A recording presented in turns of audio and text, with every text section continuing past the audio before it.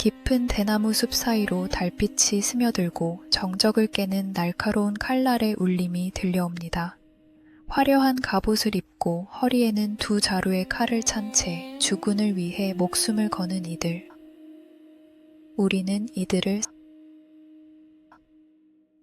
사무라이라고 부릅니다.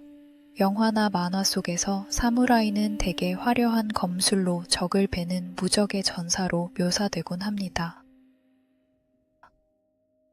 하지만 우리가 오늘 나누고 싶은 이야기는 단순히 싸움 잘하는 전사들에 대한 기록이 아닙니다. 사무라이는 천년이라는 긴 시간 동안 일본의 정치를 지배하고 예술을 꽃피우며 오늘날 일본인의 정신세계인 무사도를 정립한 거대한 문화적 상징입니다. 사무라이라는 말은 어디서 왔을까요? 그들은 왜 그토록 죽음을 두려워하지 않았을까요? 그리고 왜 그들은 현대에 이르러서도 전 세계 사람들을 매료시키는 전설이 되었을까요? 오늘 밤 우리는 사무라이라는 이름 뒤에 숨겨진 차가운 철의 향기와 뜨거운 충성심, 그리고 그들의 비극적인 종말까지 아주 깊고 찬찬히 들여다보려 합니다. 자, 은은한 달빛 아래 대나무 숲의 서늘한 바람을 느끼며 천년의 역사를 품은 사무라이의 이야기 속으로 들어가 보겠습니다. 많은 사람이 사무라이를 칼싸움하는 사람이라고 생각하지만 사실 그 어원은 전혀 다른 곳에 있습니다. 사무라이라는 단어는 고대 일본어인 사부라우에서 유래했습니다. 이 말의 뜻은 누군가의 곁을 지키며 모시다, 즉 섬기다 라는 뜻입니다. 원래 사무라이는 싸우는 전사가 아니라 귀족들의 곁에서 그들을 지키고 시중을 들던 하급 관리나 경호원을 부르는 말이었습니다. 지금으로부터 약 1000년 전인 헤이안 시대, 일본의 중심은 수도인 교토의 화려한 궁궐이었습니다. 왕족과 귀족들은 매일 시를 짓고 향기를 즐기며 평화로운 나날을 보냈지만 궁궐 밖의 세상은 조금씩 무너져 내리고 있었습니다. 지방에서는 도적들이 들끓었고 땅을 가진 부유한 농민들은 자신의 재산을 지키기 위해 스스로 무기를 들기 시작했습니다. 이들이 바로 사무라이의 조상입니다. 처음에는 농사를 짓다가 위험이 닥치면 칼을 들던 사람들이었죠. 하지만 시간이 흐르며 이들은 전문적인 싸움꾼으로 변해갔고 점차 가문을 형성하며 자신들만의 세력을 키웠습니다. 귀족들은 이들의 거친 힘을 이용하기 위해 그들을 고용했고 사무라이들은 귀족의 곁에서 섬기는 자로서 권력의 중심에 한 발짝 다가서게 됩니다. 그러나 이들은 단순히 주군을 지키는 것에 만족하지 않았습니다. 피를 흘리며 싸운 자들이 왜 비단옷을 입고 신하 짓는 자들에게 머리를 조아려야 하는가? 이 물음은 곧 거대한 역사의 전환점으로 이어지게 됩니다. 무서운 칼날을 가진 이들이 단순히 지키는 자에서 다스리는 자로 변해가는 역사의 소용돌이가 시작된 것입니다. 사무라이를 이야기할 때 결코 빼놓을 수 없는 것이 바로 그들의 손에 들린 칼, 카타나입니다. 사무라이에게 칼은 단순한 무기가 아니었습니다. 그것은 자신의 명예이자 가문의 자부심이며 심지어는 자신의 영혼 그 자체였습니다. 사무라이는 길을 걷다가 누군가 자신의 칼집을 건드리기만 해도 목숨을 건 결투를 신청할 정도로 칼을 신성하게 여겼습니다. 왜 그들은 그토록 칼에 집착했을까요? 그것은 일본도가 만들어지는 지독할 정도의 정성 때문이기도 합니다. 일본의 도공들은 질 좋은 철을 얻기 위해 며칠 밤낮을 불꽃 앞에서 지사으며 철을 두드리고 펴기를 수천 번 반복했습니다. 다마하가네라 불리는 순도 높은 강철을 만들기 위해 도공들은 모래철을 나무 숯과 함께 3일 밤낮 동안 불꽃 속에서 재련했습니다. 이렇게 만들어진 강철 덩어리를 다시 뜨겁게 달구어 펴고 접고 두드리기를 끝없이 반복했습니다. 한 자루의 칼을 만들기 위해 최소 수만 번의 망치질이 필요했고 때로는 수개월이 걸리기도 했습니다.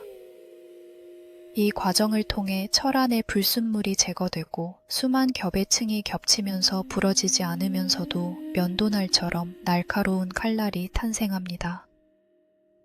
칼날 위에 나타나는 물결무늬인 하모는 그 칼을 만든 장인의 서명이자 그 칼이 가진 고유한 생명력을 상징했습니다.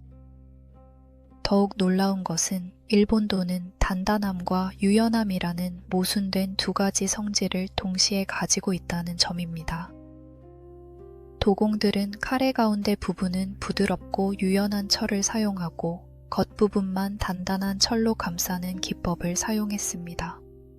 이를 위해 칼날에 진흙을 발라 열 처리를 하는데 진흙을 얇게 바른 부분은 빠르게 식으며 딱딱해지고 두껍게 바른 부분은 천천히 식으며 유연함을 유지합니다.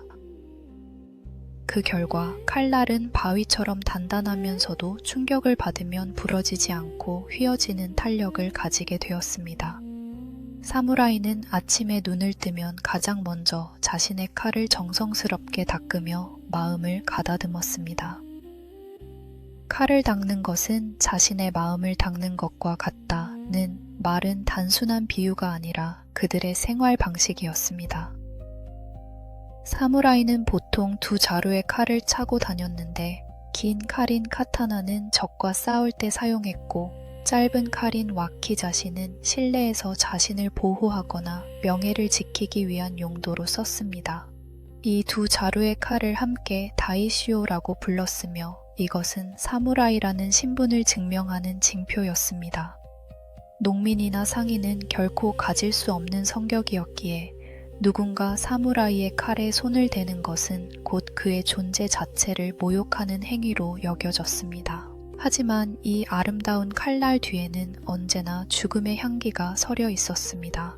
사무라이는 매일 아침 칼을 갈며 생각했습니다. 오늘 이 칼로 누군가를 베어야 한다면 혹은 내가 이 칼에 베어 죽어야 한다면 나는 부끄럽지 않은가? 칼은 단순히 적을 죽이는 도구가 아니라 매일 자신의 삶을 돌아보게 하는 차가운 거울이었습니다. 사무라이들이 역사의 조연에서 주인공으로 올라서게 된 결정적인 사건이 발생합니다. 12세기 말 일본은 두 거대한 무사 가문의 싸움으로 인해 불바다가 되었습니다. 붉은 깃발을 든 다이라, 핑 가문과 흰 깃발을 든 미나모토, 유안 가문의 전쟁, 바로 겐페이 전쟁입니다. 이 전쟁은 단순히 가문끼리의 싸움이 아니라 왕실의 권위가 바닥에 떨어지고 무사들이 세상을 지배하게 되는 거대한 전환점이었습니다. 처음에는 다이라 가문이 우세했습니다. 다이라노 기요모리는 교토의 귀족들과 혼인 동맹을 맺으며 권력의 핵심에 다가섰습니다. 하지만 그는 너무 빨리 부패했습니다. 귀족들의 사치를 따라하며 무사로서의 거친 기질을 잃어갔고 이는 곧 그의 몰락의 씨앗이 되었습니다. 한편 미나모토 가문은 변방에서 고난을 겪으며 칼날을 갈고 있었습니다. 미나모토 가문의 천재적인 장군인 미나모토노 요시스네는 전쟁사에 길이 남을 놀라운 전략을 펼쳤습니다. 1184년 이치노타니 전투에서 요시스네는 적이 절대 올 수 없다고 믿었던 가파른 절벽을 말을 타고 내려오는 기상천외한 전술로 다이라군의 진영을 급습했습니다. 이 절벽은 사슴도 내려오지 못한다는 적의 판단을 역이용한 것이었죠. 말들이 비명을 지르며 절벽을 미끄러져 내려갔고 전혀 예상치 못한 방향에서 적이 나타나자 다이라군은 순식간에 무너졌습니다. 마지막 해전이었던 단노우라 전투에서 다이라 가문은 완전히 전멸했습니다. 어린 천황을 품에 안은 다이라 가문의 여인들이 바다에 몸을 던지며 한 시대가 파도 속으로 사라졌습니다. 승리한 미나모토노 요리토모는 더 이상 교토의 귀족들에게 머리를 조아리지 않았습니다. 그는 바닷가 마을인 가마쿠라에 자신만의 독자적인 정부를 세웠는데 이것이 바로 일본 최초의 무신 정권인 막부 쇼구나테입니다. 요리토모는 왕으로부터 오랑캐를 정벌하는 대장군이라는 뜻의 쇼군 칭호를 받아냈습니다. 이제 일본은 형식적인 왕이 아니라 칼을 찬 무사들의 수장인 쇼군이 다스리는 나라가 된 것입니다. 가마쿠라 막부 시대의 사무라이들은 화려한 예법보다는 소박함과 용맹함을 숭상했습니다. 그들은 무사는 배가 고파도 이쑤시개를 물고 배부른 척해야 한다는 자부심을 키워갔습니다. 이 말은 단순히 허세가 아니라 고난 속에서도 흐트러지지 않는 강인한 정신력을 강조하는 것이었습니다. 하지만 이들에게 곧 상상을 초월하는 거대한 시련이 다가옵니다. 바다 너머 대륙을 통일한 몽골 제국의 칭기즈칸 후예들이 일본 열도를 향해 수천 척의 배를 몰고 오고 있었던 것입니다. 13세기 후반, 일본의 사무라이들은 자신들의 역사상 가장 거대하고 생소한 공포와 마주하게 됩니다. 당시 아시아와 유럽을 휩쓸며 인류 역사상 가장 거대한 제국을 건설했던 몽골 군대가 고려와 연합하여 일본 열도를 침공한 것입니다. 1174년 첫 번째 침공, 몽골과 고려 연합군 약 3만 명이 900여 척의 배를 타고 규슈 해안에 상륙했습니다. 사무라이들은 이전까지 자신들끼리 정해진 예법에 맞춰 싸우는 방식에 익숙해져 있었습니다. 전쟁터에서 적과 마주하면 자신의 이름을 크게 외치고 가문의 내력을 읊은 뒤 1대1로 정정당당하게 겨루는 것이 그들의 상식이었습니다. 나는 가마쿠라의 사무라이, 가문의 후예이니 당당히 맞붙어 싸우자. 하지만 몽골군은 달랐습니다. 그들은 개인의 명예보다 집단의 승리를 중시하는 철저한 전술 부대였습니다. 사무라이가 이름을 외치며 달려나갈 때 몽골군은 그들에게 문매를 때리듯 화살 세례를 퍼부었고 처음 보는 화약 무기인 철포를 던져 말들을 겁먹게 했습니다. 폭발하는 철포의 굉음과 연기 그리고 사방에서 날아오는 화살 앞에서 사무라이들의 전통적인 전법은 무력했습니다. 더욱 충격적이었던 것은 몽골군의 기마 궁술이었습니다. 말을 타고 달리면서 뒤를 돌아보며 화살을 쏘는 파르티안 샷 전술에 사무라이들은 속수무책으로 당했습니다. 일본군은 처참하게 무너지는 듯 보였으나 그들은 포기하지 않고 밤마다 작은 배를 타고 적진에 침투해 게릴라전을 펼치며 끈질기게 버텼습니다. 사무라이들은 자신들이 가장 잘하는 근접전으로 끌고 가기 위해 어둠을 틈타 몽골군의 배에 올라타 백병전을 벌였습니다. 좁은 배 위에서 1대1로 맞붙을 때 수천 번 갈고 닦은 일본도의 진가가 드러났습니다. 이 절망적인 싸움에서 일본을 구한 것은 역설적이게도 자연의 힘이었습니다. 침공 일주일 만에 거대한 태풍이 불어와 몽골 함대의 상당수를 바닷속으로 침몰시켰고 살아남은 몽골군은 황급히 철수했습니다. 7년 후인 1281년 몽골은 더욱 거대한 함대를 이끌고 두 번째 침공을 시도했습니다. 이번에는 14만 명의 대군과 4,400척의 배였습니다. 인류 역사상 전례 없는 규모의 상륙 작전이었죠. 사무라이들은 지난번의 교훈을 바탕으로 해안에 방벽을 쌓고 야습 부대를 조직하며 철저히 준비했습니다. 2달간의 치열한 공방전 끝에 또다시 거대한 태풍이 몽골 함대를 쓸어버렸습니다. 일본인들은 이 바람을 신이 내려준 바람, 즉 카미카제, 셴붕라고 부르며 찬양했습니다. 그들은 자신들이 신의 나라이며 신이 외적으로부터 자신들을 지켜준다고 믿게 되었습니다. 하지만 전쟁 승리 후 사무라이들에게는 더 큰 비극이 찾아왔습니다. 외세와의 전쟁이었기에 빼앗을 땅이 없었고 막부는 목숨 걸고 싸운 사무라이들에게 줄 포상금이 부족했습니다. 우리는 목숨을 걸고 싸웠는데 돌아온 것은 공허한 칭찬뿐인가?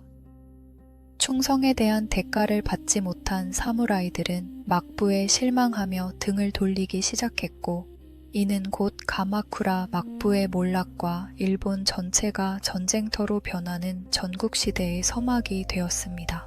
15세기 중반부터 약 150년 동안 일본은 하극상 엑사커샹의 시대로 접어들었습니다.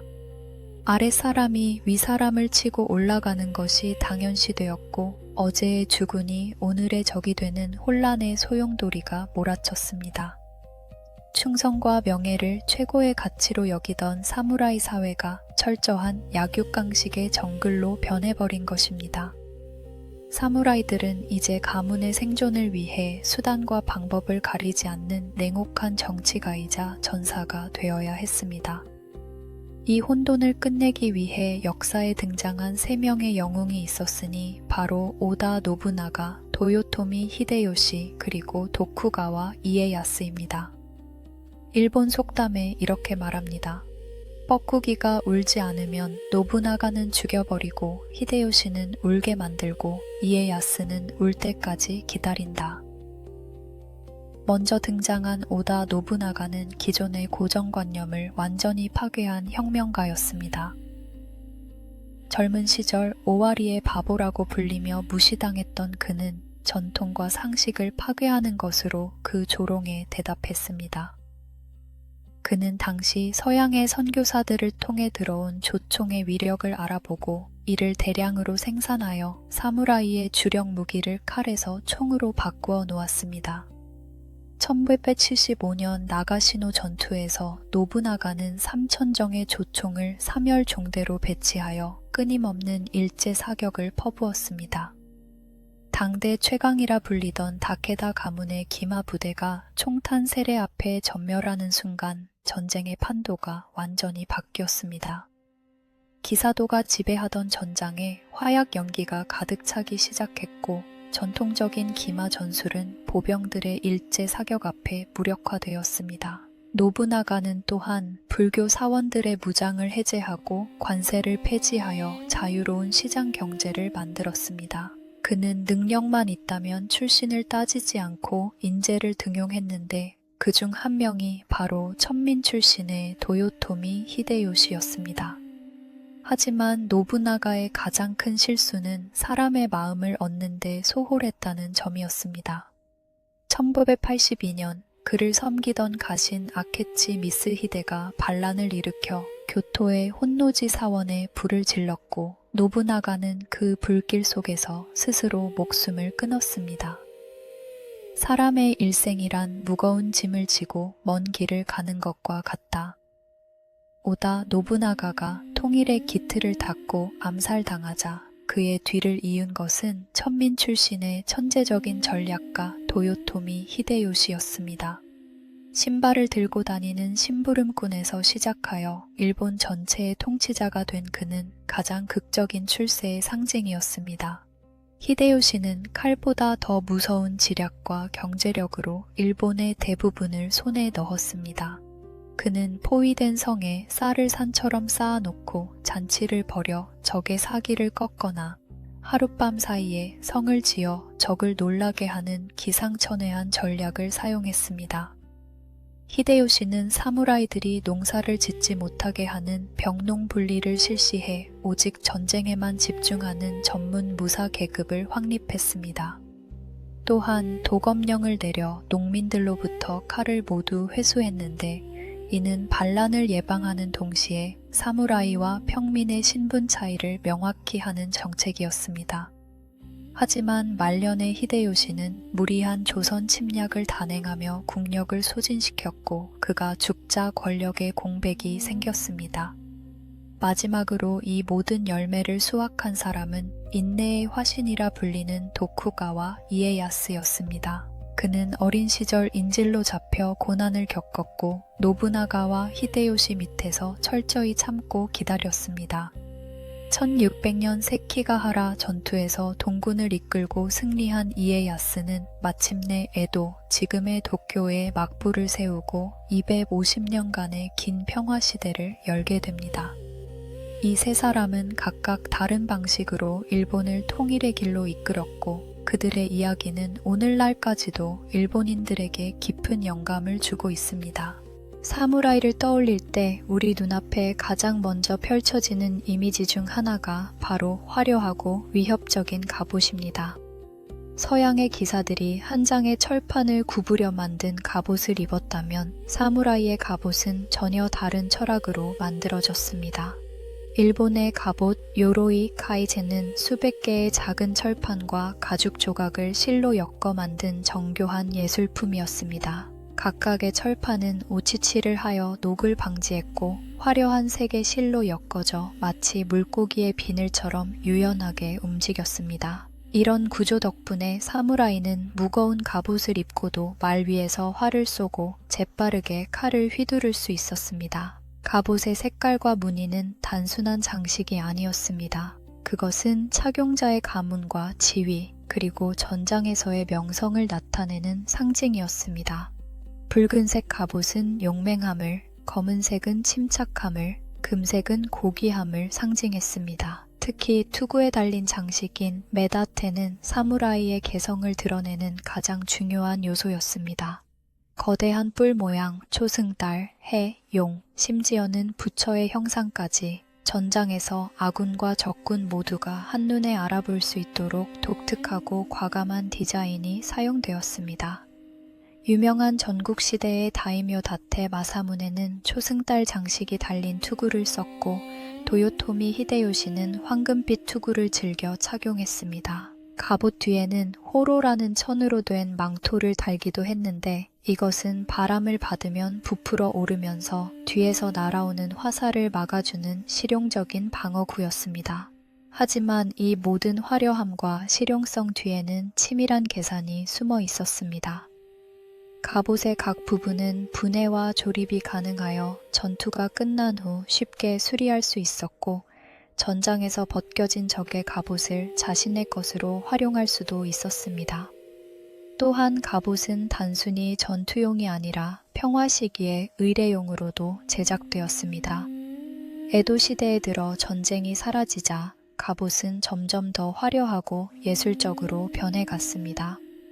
실전성보다는 미적 가치가 중시되었고 갑옷 제작은 하나의 예술 장르로 발전했습니다. 오늘날 박물관에 전시된 사무라이 갑옷들은 단순한 전쟁 도구가 아니라 당시 장인들의 혼이 담긴 걸작품으로 평가받고 있습니다. 무게와 유연함, 보호와 기동성, 위협과 아름다움, 사무라이 갑옷은 이 모든 모순된 요소들을 하나로 결합한 완벽한 균형의 산물이었습니다. 사무라이의 역사에서 우리 현대인들이 가장 이해하기 힘든 하지만 그들의 정신을 가장 극명하게 보여주는 문화가 바로 할복, 키예프, 세푸쿠입니다. 왜 사무라이들은 수많은 자결 방식 중에서도 가장 고통스럽고 끔찍한 배를 가르는 방식을 선택했을까요? 그것은 고대 일본인들이 사람의 영혼과 진심이 가슴이나 머리가 아닌 배 복부에 머문다고 믿었기 때문입니다. 나의 배를 갈라 보일 테니 그 안에 담긴 나의 결백과 충성심을 확인하라는 것이 할복의 본질적인 의미였습니다. 할복은 단순히 화가 나서 자살하는 행위가 아니라 매우 엄격하고 정교한 절차를 가진 의식이었습니다. 사무라이는 죽기 전 목욕을 하고 깨끗한 흰색 옷을 입었으며 자신의 마지막 유언인 데세이, 치시를 지어 낭독했습니다. 이 마지막 시는 대개 17자의 하이쿠 형식으로 지어졌으며 자신의 생을 돌아보고 죽음을 담담히 받아들이는 내용이 담겼습니다. 배를 가르는 고통이 너무나 극심했기에 옆에는 카이샤쿠닌이라 불리는 조력자가 대기하고 있었습니다. 카이샤쿠니는 보통 가까운 친구나 신뢰하는 동료가 맡았으며 이는 단순한 역할이 아니라 마지막 자비를 베푸는 숭고한 임무였습니다. 사무라이가 와키자시 짧은 칼을 배에 꽂아 왼쪽에서 오른쪽으로 가르는 순간 카이샤쿠닌이 즉시 목을 쳐서 고통을 끝내주는 것이 할복의 완성입니다.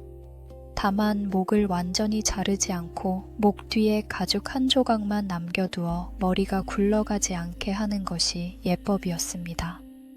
이를 다치쿠비, 다치슈라고 불렀는데 이는 죽어가는 자의 마지막 존엄을 지켜주기 위한 배려였습니다. 할복은 여러 상황에서 이루어졌습니다. 주군이 죽었을 때 그를 따라 죽는 준씨, 액준씨, 자신의 간언을 주군에게 강하게 어필하기 위한 간씨, 젠씨, 패배나 실수에 대한 책임을 지는 키예프이 있었습니다. 가장 유명한 할복 이야기는 47인의 론인 사건입니다.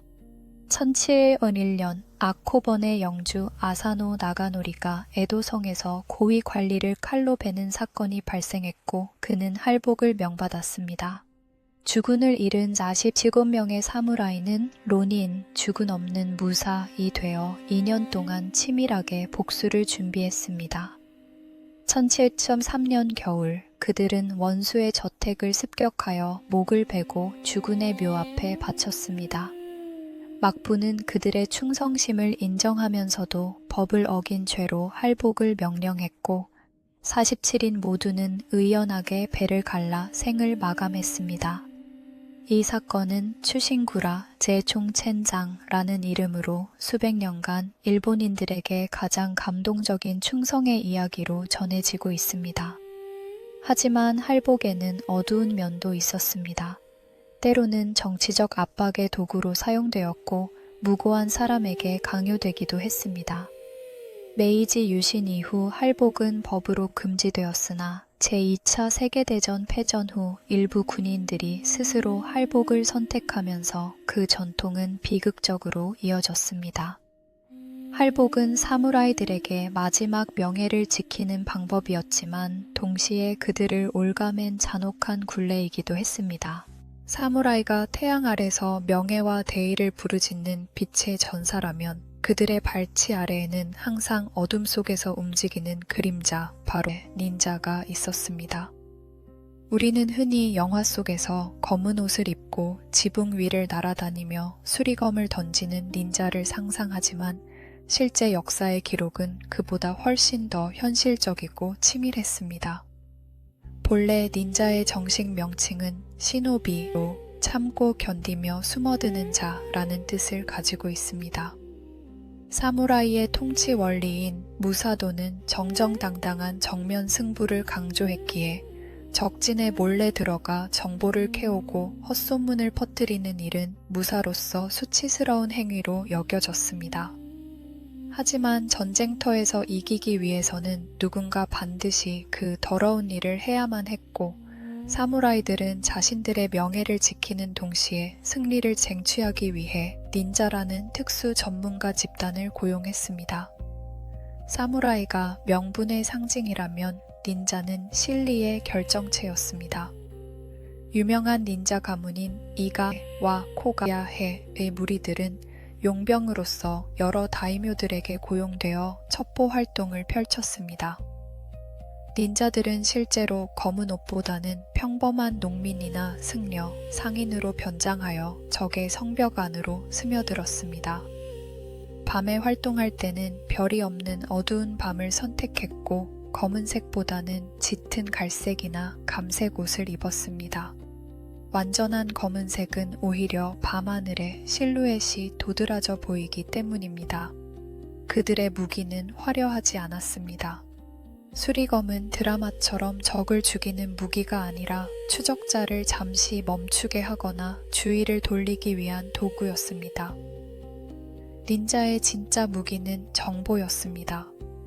그들은 성 안의 우물에 독을 타거나 주요 인물을 암살하는 것보다 적의 군사 동선, 식량 보급로, 내부 분열의 조짐 등을 파악하여 주군에게 전달하는 것을 더 중요하게 여겼습니다. 닌자 훈련은 어린 시절부터 시작되었습니다. 산악지대에서 자라며 나무를 타고 바위를 오르는 기술을 익혔고 다양한 독약과 약초에 대한 지식을 배웠습니다. 또한 인술 아른수이라 불리는 다양한 생존 기술을 익혔는데 물속에서 대나무관으로 숨을 쉬며 숨는 법, 적진에서 방향을 알아내는 법, 고문을 견디는 정신력 등이 포함되었습니다. 닌자들에게는 닌자의 3대 악덕이라는 원칙이 있었습니다. 술을 마시지 말라, 여색을 밝히지 말라, 재물을 탐하지 말라. 임무 중 이 세 가지에 빠지면 언제든지 적에게 약점을 잡힐 수 있기 때문이었습니다. 하지만 닌자의 삶은 결코 낭만적이지 않았습니다. 그들은 평생을 그림자 속에서 살아야 했고 공을 세워도 이름이 기록되지 않았으며 실패하면 버림받았습니다. 심지어 임무가 끝나면 비밀 유지를 위해 고용주에게 살해당하는 경우도 많았습니다.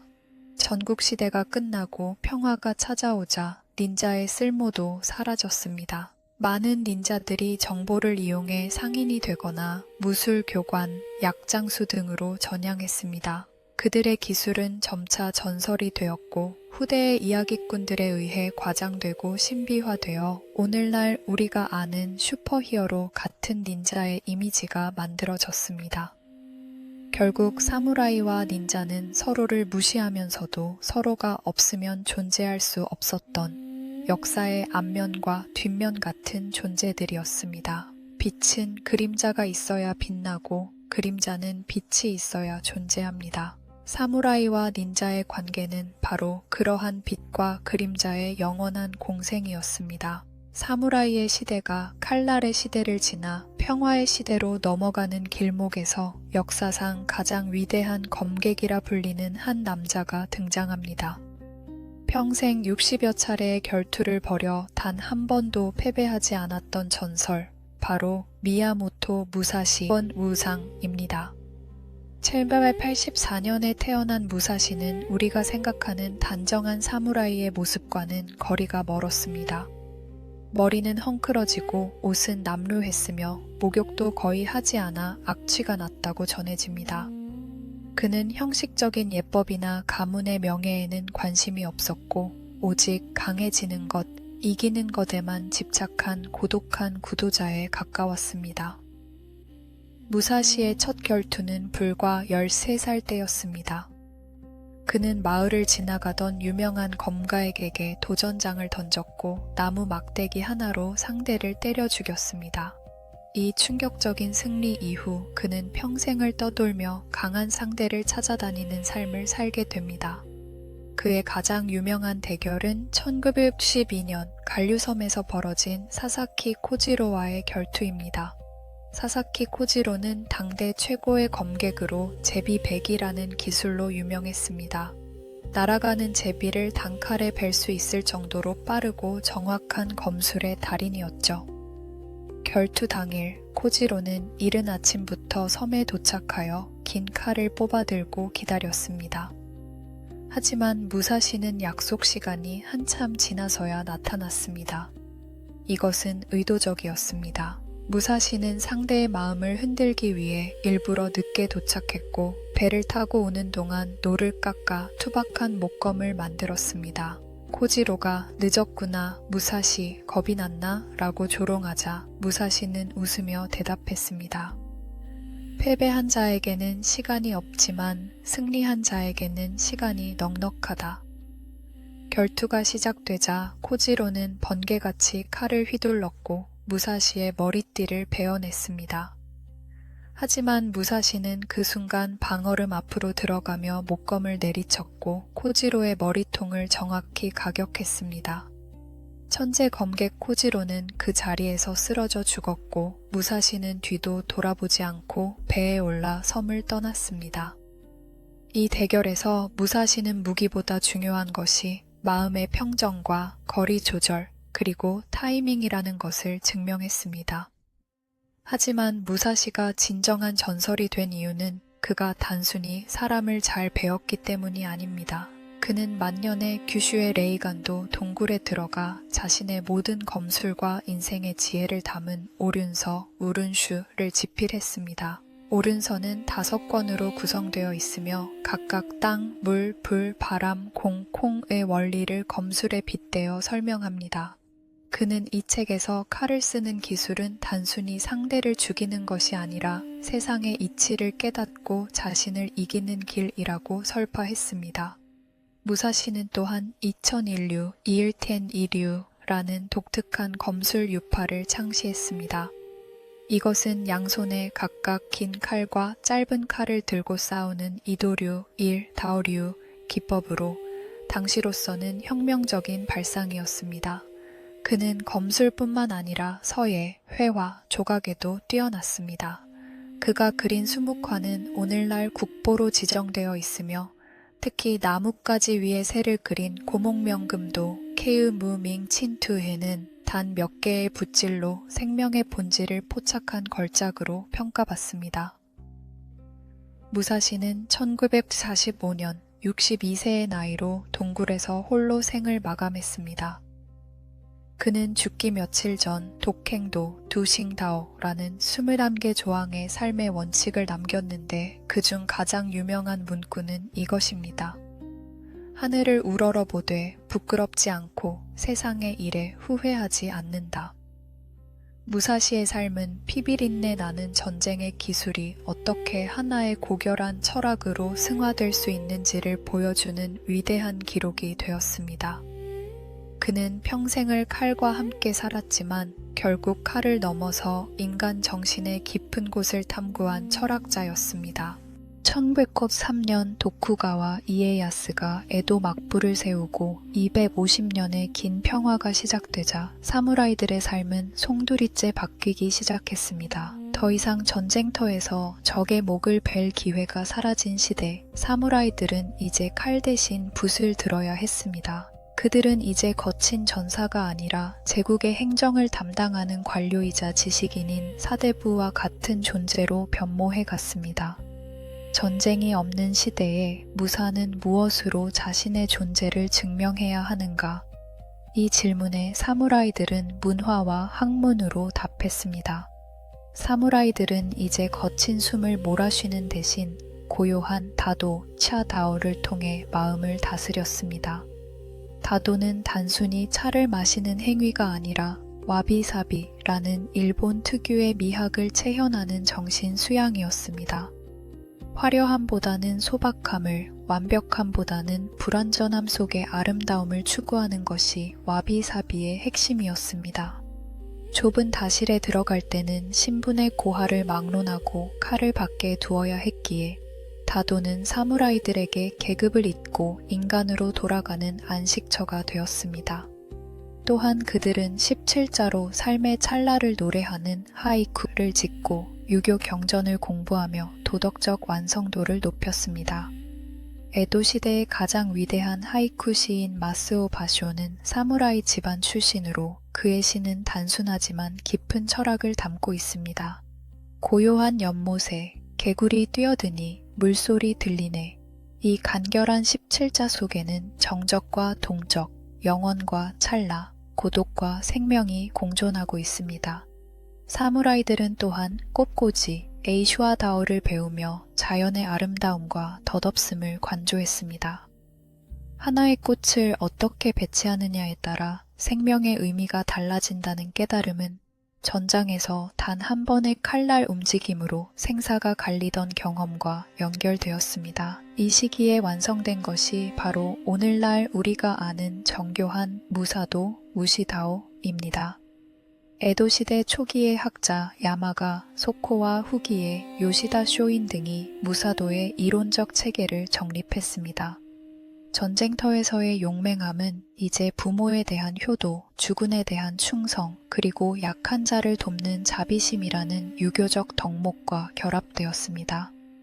의의 때를 보고도 행하지 않는 것은 용기가 없는 것이다. 벚꽃은 꽃 중에 으뜸이고 무사는 사람 중에 으뜸이다. 이러한 구절들은 사무라이들이 추구해야 할 이상적인 인간상을 제시했습니다. 하지만 에도 시대의 사무라이들이 모두 고결한 철학자였던 것은 아닙니다. 실제로는 많은 사무라이가 가난에 시달렸고 주군을 잃고 방랑하는 론인, 랑렌이 되어 범죄를 저지르기도 했습니다. 번에판, 마다 주는 녹봉이 달랐기에 가난한 번의 사무라이들은 부업으로 우산을 만들거나 죽공예품을 팔아 생계를 유지했습니다. 그럼에도 불구하고 그들은 자신의 신분에 대한 자부심만은 버리지 않았습니다. 먹을 것이 없어도 이쑤시개를 물고 다니며 배부른 척한다는 말은 허세가 아니라 어떤 상황에서도 무너지지 않으려는 정신력의 표현이었습니다. 에도 시대의 사무라이들은 칼을 휘두르는 전사에서 붓을 드는 문인으로 파괴하는 자에서 창조하는 자로 변모했습니다. 그들이 남긴 문화적 유산은 오늘날까지도 일본 문화의 정수로 남아 있습니다. 사무라이의 역사에서 우리가 잊지 말아야 할 또 하나의 주인공들이 있습니다. 바로 온나부 게이샤 에누 우윤제라고 불리는 여성 무사들입니다. 사무라이 가문에서 태어난 여성들은 단순히 집안일을 하는 현모양처로만 길러지지 않았습니다. 남편이나 아버지가 전쟁터에 나가 집을 비웠을 때 성을 지키고 가문의 명예를 보호해야 하는 최후의 보루가 바로 그들이었기 때문입니다. 그녀들은 아주 어릴 때부터 무술 훈련을 받았는데 특히 자신의 키보다 긴 창의 일종인 나기나타, 티이다오를 주무기로 사용했습니다.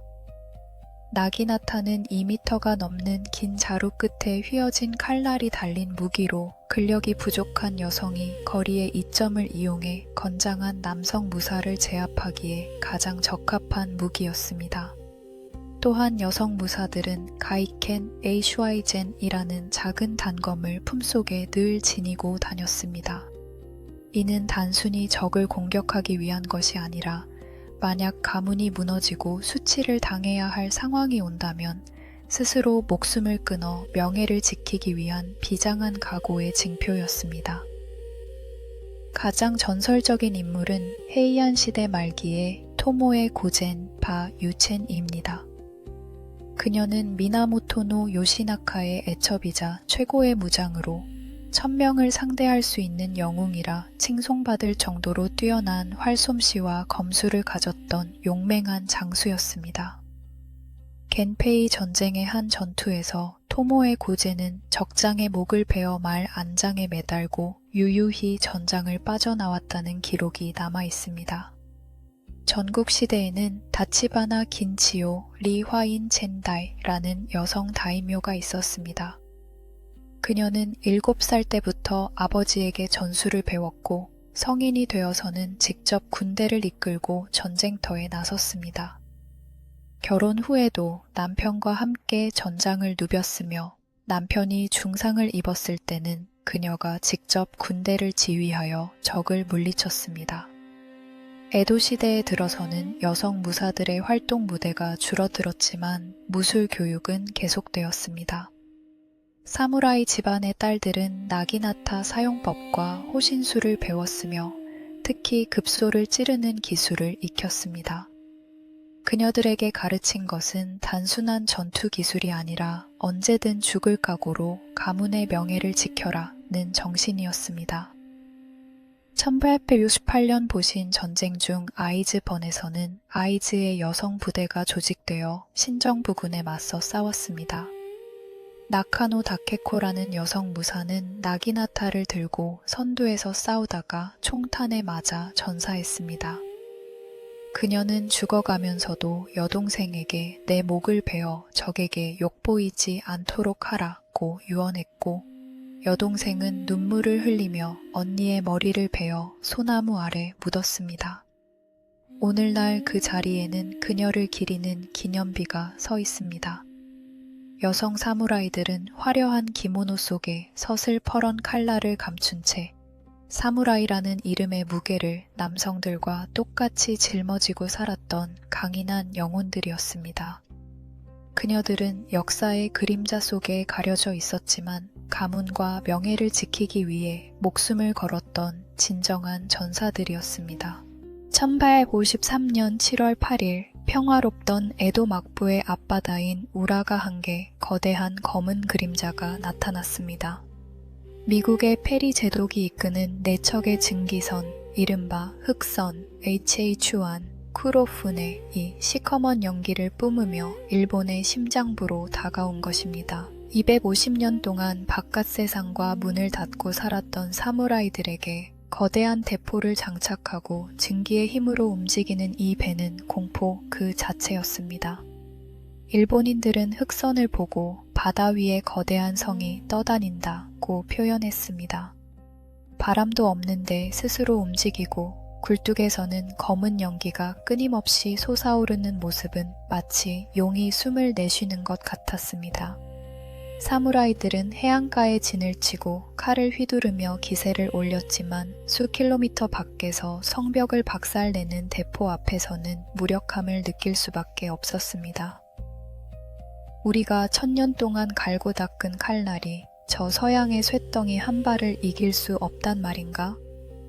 페리는 미국 대통령의 국서를 전달하며 일본에게 개항을 요구했습니다.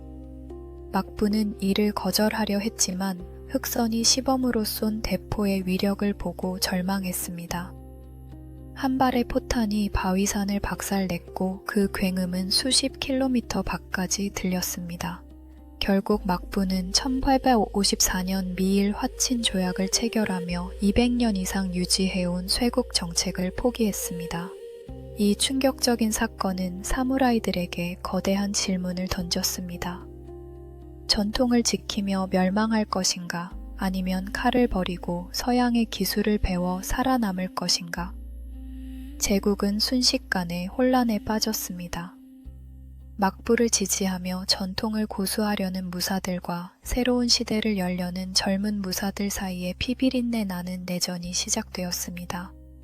특히 조슈번과 사스마번의 젊은 사무라이들은 막부를 타도하고 천황에게 권력을 돌려주자 준왕 랑이는 구호를 외치며 무장봉기를 일으켰습니다. 1860년 에도성 앞에서 막부의 최고 실력자였던 이이 나오스케가 수십 명의 사무라이에게 습격당해 살해되는 사쿠라다몬 밖에 변이 발생했습니다. 한겨울 눈이 내리는 날 막부의 심장부에서 최고 권력자가 암살당한 이 사건은 막부의 권위가 완전히 무너졌음을 상징했습니다. 결국 1868년 15대 쇼군 도쿠가와 요시노부가 권력을 국왕에게 돌려주는 대정봉환 다이증풍환이 일어나면서 700년 동안 일본을 다스렸던 사무라이 막부는 역사 속으로 사라지게 됩니다.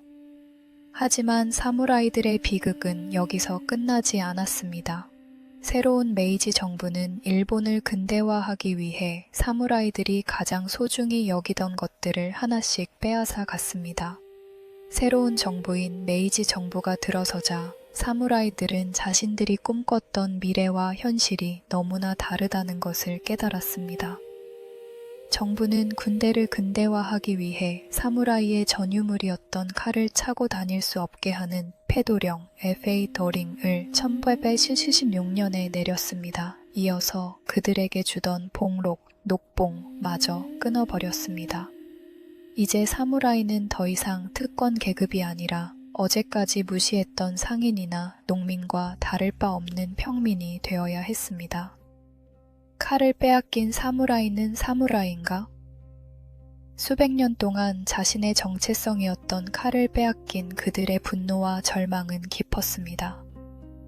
이러한 급격한 변화에 분노한 사무라이들의 중심에는 메이지 유신의 1등 공신이었으나 무사로서의 자부심을 버릴 수 없었던 사이고 다카모리 시샹롱샹가 있었습니다. 사이고는 사스마번 출신으로 막부를 타도하는 데 결정적인 역할을 한 영웅이었습니다. 하지만 그는 새 정부의 급격한 서구화 정책에 반대하며 고향 가고시마로 돌아갔습니다.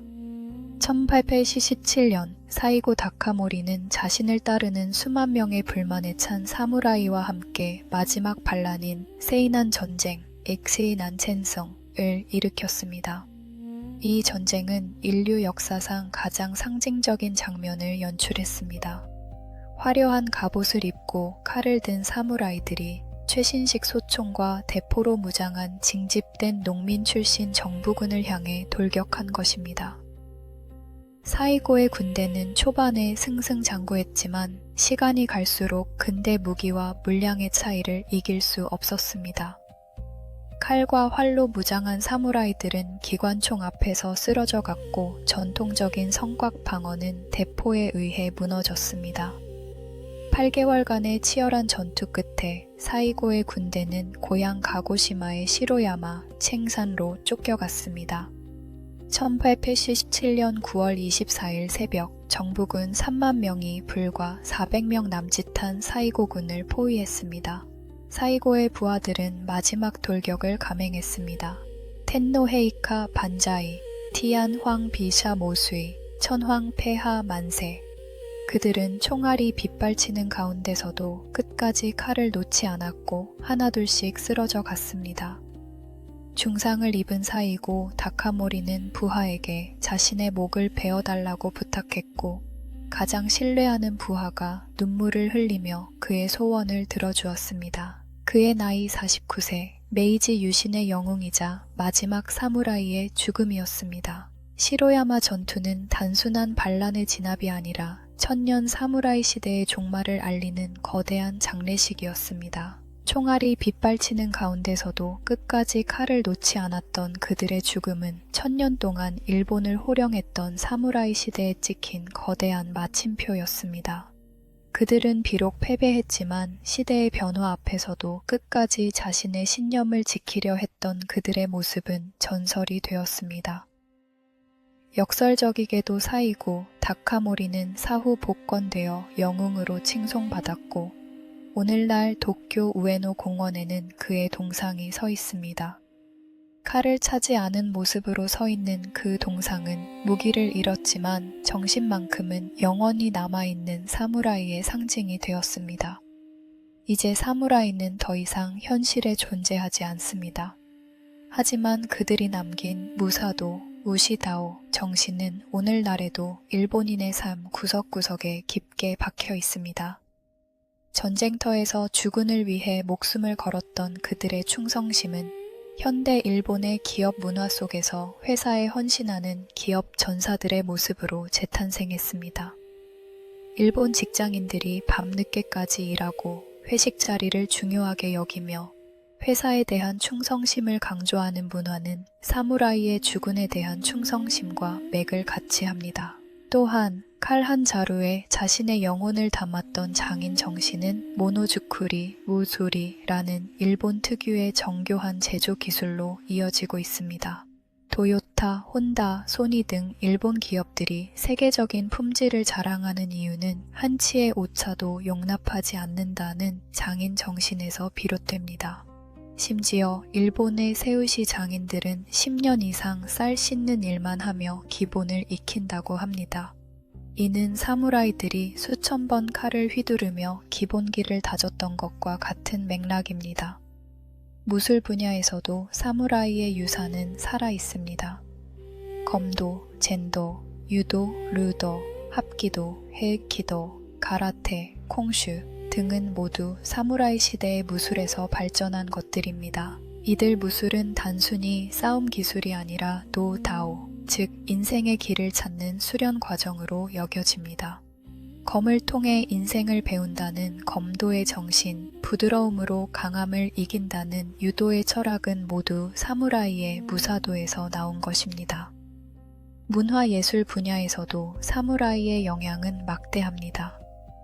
세계적으로 유명한 일본 영화감독 구로사와 아키라의 7인의 사무라이, 요진보 같은 작품들은 사무라이의 고독과 의리를 다루며 전 세계 영화인들에게 영감을 주었습니다. 조지 루카스의 스타워즈에 나오는 제다이 기사는 사무라이에서 영감을 받았고 라이트세이버는 카타나를 연상시킵니다. 만화와 애니메이션에서도 사무라이는 끊임없는 영감의 원천입니다. 바람의 검심, 사무라이 챔플루, 원피스의 조로 캐릭터 등 수많은 작품에서 사무라이의 이미지가 재창조되고 있습니다. 하지만 사무라이 문화의 어두운 면도 있습니다. 맹목적인 충성심과 집단주의, 그리고 명예를 위해서라면 목숨도 버리는 극단적인 사고방식은 제2차 세계대전 중 일본 군국주의의 토대가 되기도 했습니다. 카미카제 특공대원들이 폭탄을 싣고 적함에 돌진한 것이나 전쟁이 끝났는데도 항복을 거부하고 정글에 숨어있던 군인들의 이야기는 사무라이 정신의 왜곡된 버전이었습니다. 현대 일본 사회는 이러한 사무라이 문화의 명과 암을 동시에 안고 있습니다. 한편으로는 장인 정신, 책임감, 예의를 중시하는 긍정적인 면이 있지만 다른 한편으로는 과로사, 구로시, 극단적인 서열 문화, 개인보다 조직을 우선시하는 문제점도 존재합니다. 그럼에도 불구하고 사무라이는 단순히 사람을 죽이는 전사가 아니었습니다. 그들은 극심한 공포 속에서도 평정심을 유지하려 노력했고 죽음 앞에서 어떻게 하면 품위 있게 사라질 것인가를 고민했던 철학자들이기도 했습니다. 벚꽃은 질 때가 가장 아름답다고 말하며 자신의 생명을 찰나의 미학으로 승화시켰던 사무라이들. 그들의 차가운 칼날 뒤에는 언제나 따뜻한 인간에 대한 고뇌와 자신이 믿는 정의를 위해 모든 것을 던지는 뜨거운 열정이 숨어 있었습니다. 대나무 숲에 서늘한 바람이 잦아들고 달빛은 다시 구름 뒤로 숨어듭니다. 하지만 사무라이들의 정신은 그 칼날처럼 여전히 차갑고도 날카롭게 우리 곁에 남아 있습니다. 천년의 침묵을 깨고 들려준 사무라이들의 길고 긴 이야기, 이제 막을 내립니다. 칼을 든 손은 사라졌지만 그 칼이 새겨놓은 역사의 흔적은 영원히 지워지지 않을 것입니다.